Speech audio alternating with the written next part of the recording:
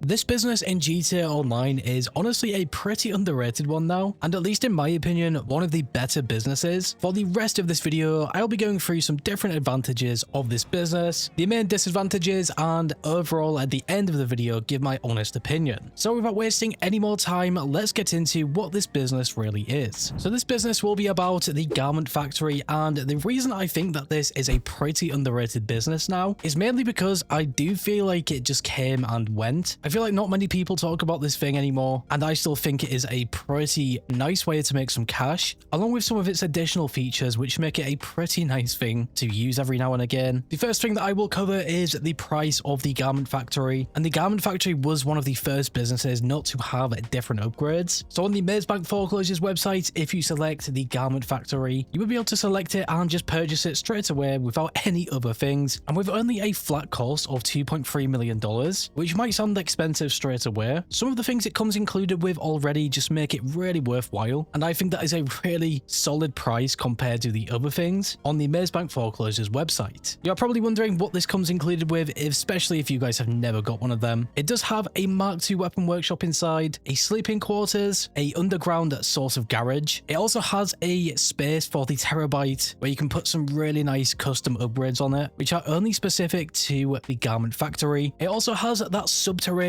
tunnel. In terms of usefulness, it's not as useful as we probably believed when this was releasing, but it's still a pretty cool feature nonetheless. And last but not least, obviously it will have the sort of business element where you guys can make money from the contracts or files, so definitely really nice. So with the business costing $2.3 million, we need to talk about the money method and how you will be making this money back, and it will be using the FIB files. There's two different ways to find these files. You can either log onto the computer inside the garment factory, and I personally do not recommend this. Instead, you want to probably just use your phone. You can then select the Darnell Bros Incorporated app. Once this loads up, just register as a CEO, and you can just access all the files from anywhere on the map, which I think is one of the coolest things that Rockstar have done. It also gives me an idea that Rockstar might potentially add a MCT app. I think that would be the best addition in GTA Online. Even if Rockstar did this and made it cost something like $5 million, maybe even $10 million, I would genuinely consider buying that. But anyways, back to the Darnell Bros app, you will see that we have all of these different files. We have that priority file, which is the weekly sort of file that you have to complete, which will get you guys that really nice increased payout. We then have all of these standard files, which will always get around this amount of cash, so between $150,000 to $155,000 or $56,000. Honestly, not a bad payout. These things also do not really take long to complete. If you guys press the Y button or your corresponding button like that, you can see the different setups they require, so really nice and transparent. And another thing to know about the files is that they do cost a $20,000 each and every time you start one, and this will not even change for the priority file, so the priority file will only be $20,000 as well, which I think is really nice. Now, to ensure that you are always making the most money possible from these things, you do actually want to complete some different challenges inside these missions. Luckily, these challenges will never change, and I already have a nice screenshot of all four of these different things to do, so that hopefully once you guys get a garment factory, if you do not have one, and play through these files, you should be able to just get straight onto the challenges and make some extra money. So on screen right now, you can see all of these different things. Some of them can be quite more challenging. For example, for a long time, I did sort of struggle with the brute force file. Just entering area A undetected was pretty hard. Luckily enough, I did manage to get around to doing this. You will see for the fine arts file, when I got this bonus reward when making this sort of grid, the bonus reward is $50,000, so just getting a $50,000 reward every time you play files will just be a really nice help. Even if you just get a couple of them for a $20,000 bonus, that is essentially already paying off the file, so it's always worth trying to do. At the time of making this video, the brute force file was the priority file, so I did go ahead and start this and complete all of the free setups. If you guys have the Oppressor Mark II for the setups as well, it will make things extremely fast, but you do not need the Oppressor Mark II to do these things. The setup missions are relatively straightforward. It does not really require too much. Unlike the salvage yard robberies, it will just be a simple free setup missions, and then you are on to the finale. So on this finale, the challenges that I had to do was to first reach the base in 5 minutes. I then had to enter area A undetected and destroy 5 vehicles with the Scarab. Like I've already mentioned, for some time I used to struggle with this challenge. I only used to get the 2 done, sometimes even just 1. But after really just taking my time with this thing, I did manage to do it in this playthrough. So driving to the military base in 5 minutes is by far the easiest challenge. As long as you guys have picked something like the Messer in one of the setups, you should have no problem with that. The next thing to do is to sneak to Area A, and this is where the challenge really comes in a bit more harder. I'm not sure if this is meant to happen, but I did have to use my weapon with a suppressor when I got to this point, because this guard will not take any other routes and essentially is just blocking the whole path. Once this guy was taken out, I was then in Area A, so it did not matter if I got detected here. I'm pretty sure you are just bound to get detected at this point. I took out the Juggernaut, got in the Scarab, and this is where the last challenge came in. To destroy the 5 vehicles, I made this quite easy on myself by using the AP pistol first, killing the enemies in the vehicles, and then using the Scarab's laser or mounted gun, and this made it so easy. In no time whatsoever, I had destroyed 5 vehicles, and the only thing to do now was to drive to the buyer. And just like that, this file was done. I made the additional $50,000. So in total, we made a massive $366,000. And because this is a weekly priority file, in the next event week on Thursday, there will be a different file with priority, which will be paying out the same sort of amount of cash. So for event week wise, I really do think this is so good. It is very similar to the HSW time trials, just making a little bit more money. Even if you have already completed the priority file, you can do the standard files, do their bonus challenges, and you are making a little over $200,000, which is still some really nice cash. As you guys will see here, I did start up the fine arts file. This is my personal favorite file. The setup missions are really easy, and then after some time, I got onto the finale for this one. And if we actually take a look at the fine arts challenges, you have to enter the penthouse undetected. This is really easy. Just take out the guard on top using a suppressor or something. You then have to flick the switch in 60 seconds. Also really straightforward. I will show you guys when I get around to it. And the last one here is to take all cabinet contents, which I did struggle with at first, but I did find a really easy way to do it. And using that method for this, you will pretty much never set off the alarm fully, or at least get damaged by the gas. So you will see, first of all, we sneak into the penthouse. I take out this guard on top, and that is really it. We then have to line up this sort of really thin line with the circuit boards. This should not be too hard to do, and I actually don't mind this sort of hack. It is different from all of the older ones. The next thing to do is to take out the 2 guards and set off the EMPs. You are now finally inside the full penthouse, and to find this switch in 60 seconds, you just take out these guards at the front, and on this small table, this is where the switch will be. Every single time that I have played this file, the switch is on this table, so this should make things so easy for you guys. This of course opens this secret doorway. We then have a fingerprint cloner. These things are also super straightforward to complete, especially if you guys have played KO Preco a lot. Once inside here, this is where we can collect the loot. So the method that I found was to collect both of the left and right contents first, and after this was done, collect the main target straight ahead. Because this animation is really long, you will see that my guy has no sense of urgency. He's just holding up this egg and just staring at it. And just bear in mind, the other 2 content or tables, the animation for them things were just so much faster. We just smash and grab, and you will see I actually get out of this small room before the gas goes off and damages me. So really nice. And at this point, we just escape, deliver the goods to the buyers, and this was completed. Now, because this was a standard file, you will see that I get the less payout, $203,000, but this is still a